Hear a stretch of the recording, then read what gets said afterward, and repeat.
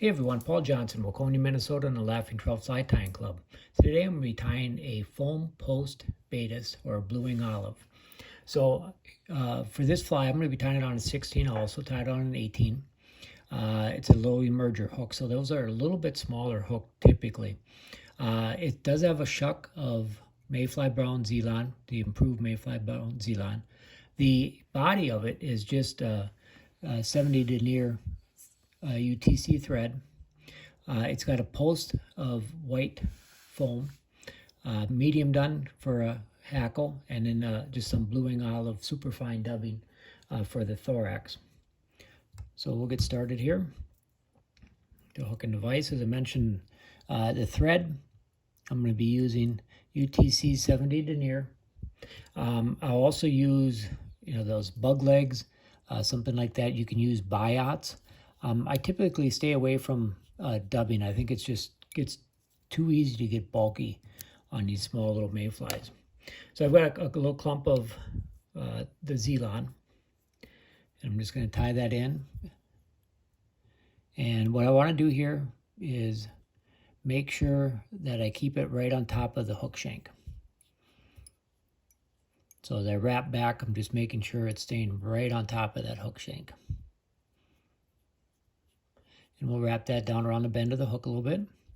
I'll come back, trim off the front part here. And then the tail, I'm going to leave it about a hook gap in length. So it's a pretty sparse tail, just a little something for the fish to see. Okay, now with this UTC thread, what I want to do is flatten it out. So I'm going to spin my bobbin, give it a good spin, counterclockwise, and that'll uncord that thread and flatten it out. And then I'll just make a nice smooth body here. Working my way up to the front. All right. Now I'm going to throw a half hitch in there just so it stops spinning around. I've got a little piece of 2mm foam that I cut on a paper cutter. You can see it's almost square. Tie that in right about the 2/3 point on the hook shank. Come in with my scissors and cut that off. And then I'll carefully bind that all down. I'm going to come in front, create a thread dam. So about 28 wraps of thread ought to do it. And that'll get that foam post to stand up. Now, I'm going to, just like you would any parachute, come around and wrap it down around the post. And when I tie my hackle in here, that's actually going to stiffen that up a little bit. So you can see it's moving around quite a bit. That's okay. Okay, so now I've taken a length of hackle, and you can see that on the camera. I kind of cut it so it looks like a comb. That just gives the thread a little bit more to bite into. Now what I like to do with my parachutes is tie it so the cup side of the feather is facing up. So I'm actually going to now wrap that cup side right up against the post. So I'm wrapping up with my thread. Now I'm going to come back down. Make sure that's all tied in good. And we're going to add a little bit of dubbing at this point, and I'm talking just a wisp of dubbing.